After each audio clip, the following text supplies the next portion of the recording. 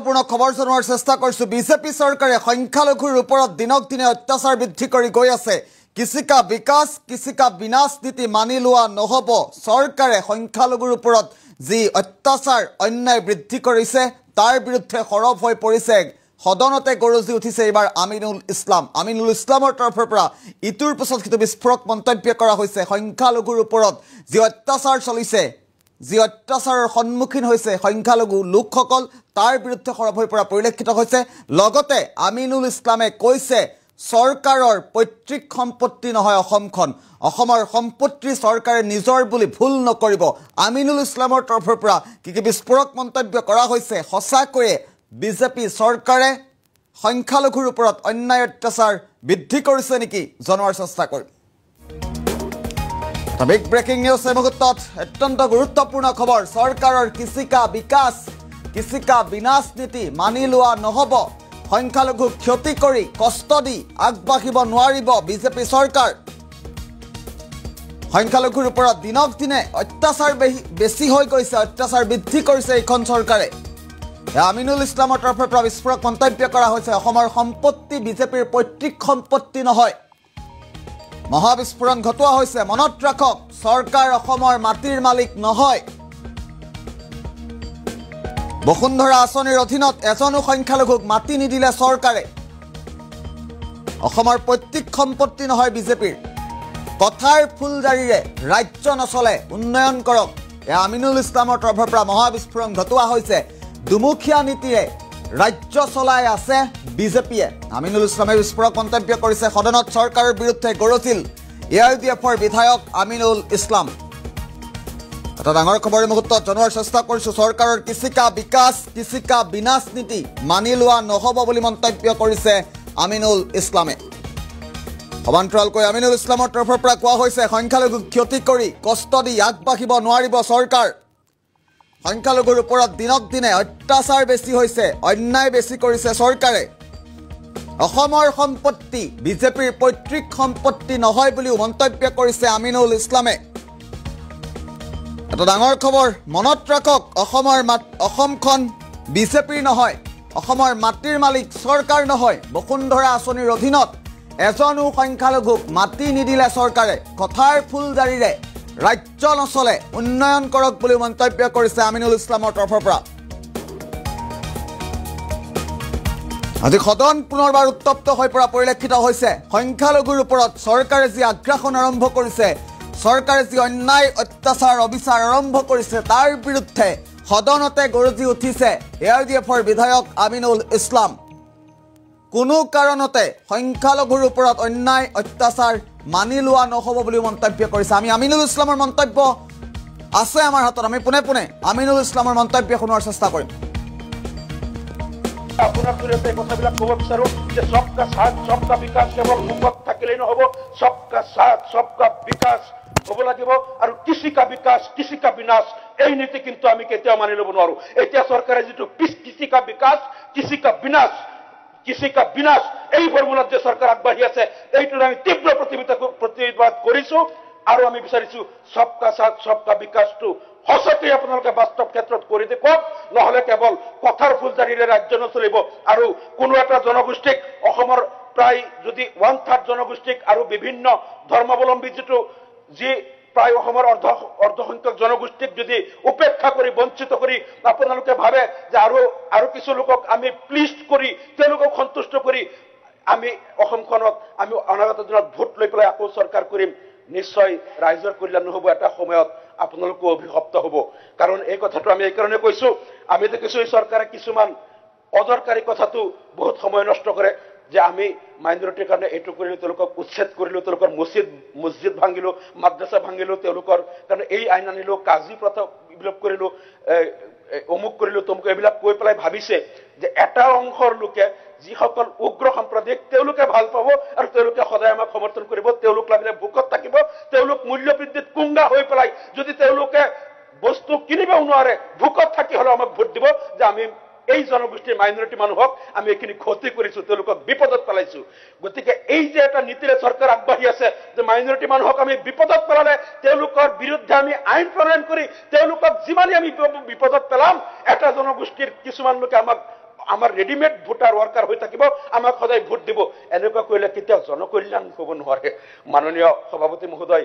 গতিকে এই কথাবিলাক আমি আশা কৰিছিলোঁ যে ৰাজ্যপাল মহোদয় অসমৰ মুৰব্বী হিচাপে তেখেতৰ ভাষণত কথাবিলাক উল্লেখ কৰিব আৰু অসমৰ বাস্তৱ প্ৰতিচ্ছবিবিলাক তেখেতৰ ভাষণৰ জৰিয়তে এই কথাবিলাক উদংগাই দিব, যাতে অসমবাসীয়ে দেখা পায় যে অসমৰ চৰকাৰ ক'ত ক'ত বিফল আৰু তেওঁলোকে কেনেকৈ ধুমুকীয়া নীতিৰে তেওঁলোকে অসমখন চলাই আছে। অসমৰ সম্পত্তি তেওঁলোকৰ ব্যক্তিগত সম্পত্তি, পৈতৃক সম্পত্তি। গতিকে তেওঁলোকে যাক ইচ্ছা তাক দিব, তেওঁলোকে যদি ভাল নাপায়, যিসকলক বেয়া পায় তেওঁলোকক নিদিব।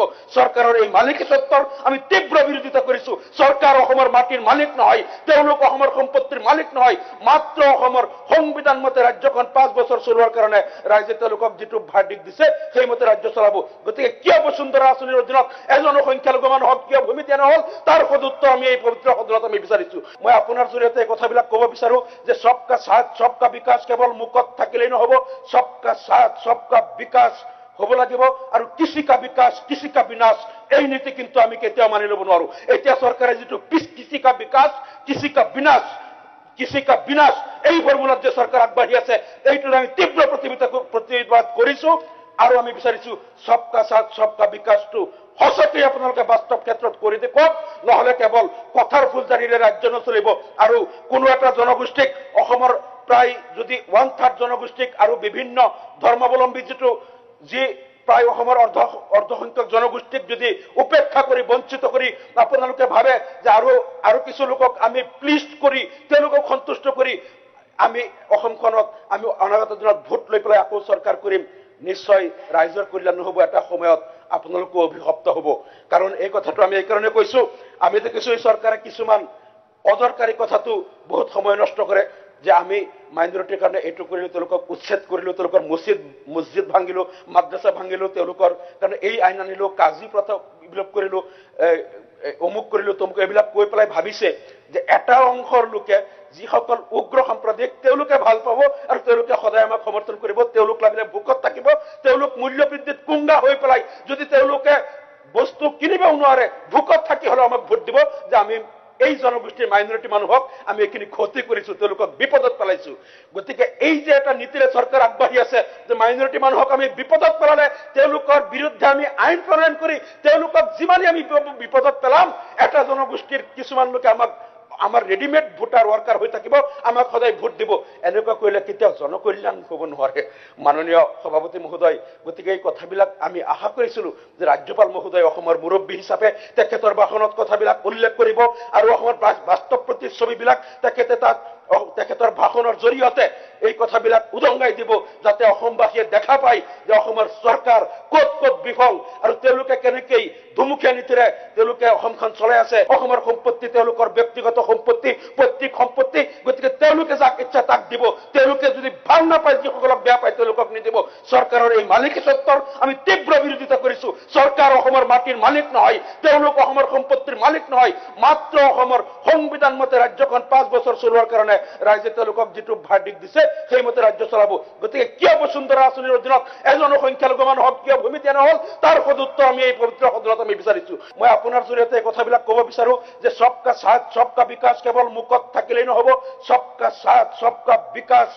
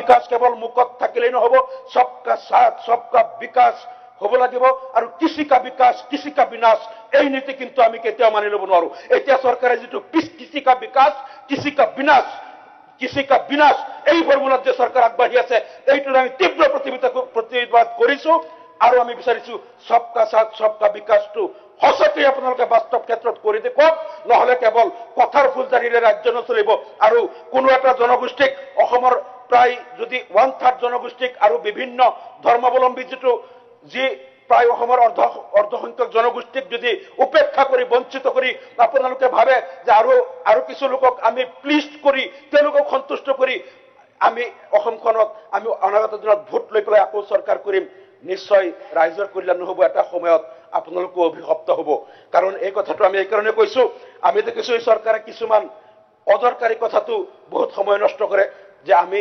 মাইনৰিটিৰ কাৰণে এটো কৰিলো তেওঁলোকক উচ্ছেদ কৰিলো তেওঁলোকৰ মছজিদ ভাঙিলো মাদ্ৰাসা ভাঙিলো তেওঁলোকৰ কাৰণে এই আইন আনিলো কাজি প্ৰথা বিলোপ কৰিলো অমুক কৰিলো তমুক এইবিলাক কৈ পেলাই ভাবিছে যে এটা অংশৰ লোকে যিসকল উগ্ৰ সাম্প্ৰদায়িক তেওঁলোকে ভাল পাব আৰু তেওঁলোকে সদায় আমাক সমৰ্থন কৰিব তেওঁলোক লাগিলে ভোকত থাকিব তেওঁলোক মূল্যবৃদ্ধিত কুংগা হৈ পেলাই যদি তেওঁলোকে বস্তু কিনিব নোৱাৰে ভোকত থাকি হলে আমাক ভোট দিব যে আমি এই জনগোষ্ঠীৰ মাইনৰিটি মানুহক আমি এখিনি ক্ষতি কৰিছো তেওঁলোকক বিপদত পেলাইছো গতিকে এই যে এটা নীতিৰে চৰকাৰ আগবাঢ়ি আছে যে মাইনৰিটি মানুহক আমি বিপদত পেলালে তেওঁলোকৰ বিৰুদ্ধে আমি আইন প্ৰণয়ন কৰি তেওঁলোকক যিমানে আমি বিপদত পেলাম এটা জনগোষ্ঠীৰ কিছুমান লোকে আমাৰ ৰেডিমেড ভোটাৰ ওয়াৰ্কাৰ হৈ থাকিব আমাক সদায় ভোট দিব এনেকুৱা কৰিলে কেতিয়াও জনকল্যাণ হ'ব নোৱাৰে মাননীয় সভাপতি মহোদয় গতিকে এই কথাবিলাক আমি আশা কৰিছিলো যে ৰাজ্যপাল মহোদয় অসমৰ মুৰব্বী হিচাপে তেখেতৰ ভাষণত কথাবিলাক উল্লেখ কৰিব আৰু অসমৰ বাস্তৱ প্ৰতিচ্ছবিবিলাক তেখেতৰ ভাষণৰ জৰিয়তে এই কথাবিলাক উদংগাই দিব যাতে অসমবাসীয়ে দেখা পায় যে অসমৰ চৰকাৰ ক'ত ক'ত বিফল আৰু তেওঁলোকে কেনেকৈ ধুমুকীয়া নীতিৰে তেওঁলোকে অসমখন চলাই আছে অসমৰ সম্পত্তি তেওঁলোকৰ ব্যক্তিগত সম্পত্তি পৈতৃক সম্পত্তি গতিকে তেওঁলোকে যাক ইচ্ছা তাক দিব তেওঁলোকে যদি ভাল নাপায় যিসকলক বেয়া পায় তেওঁলোকক নিদিব চৰকাৰৰ এই মালিকীস্বত্বৰ আমি তীব্ৰ বিৰোধিতা কৰিছো চৰকাৰ অসমৰ মাটিৰ মালিক নহয় তেওঁলোক অসমৰ সম্পত্তিৰ মালিক নহয় মাত্ৰ অসমৰ সংবিধান মতে ৰাজ্যখন 5 বছৰ চলোৱাৰ কাৰণে ৰাইজে তেওঁলোকক যিটো ভাৰ্ডিক্ট দিছে সেই মতে ৰাজ্য চলাব গতিকে কিয় বসুন্ধৰা আঁচনিৰ অধীনত এজন সংখ্যালঘু মানুহক কিয় ভূমি দিয়া নহল তাৰ সদুত্তৰ আমি এই পবিত্ৰ সদনত আমি বিচাৰিছো মই আপোনাৰ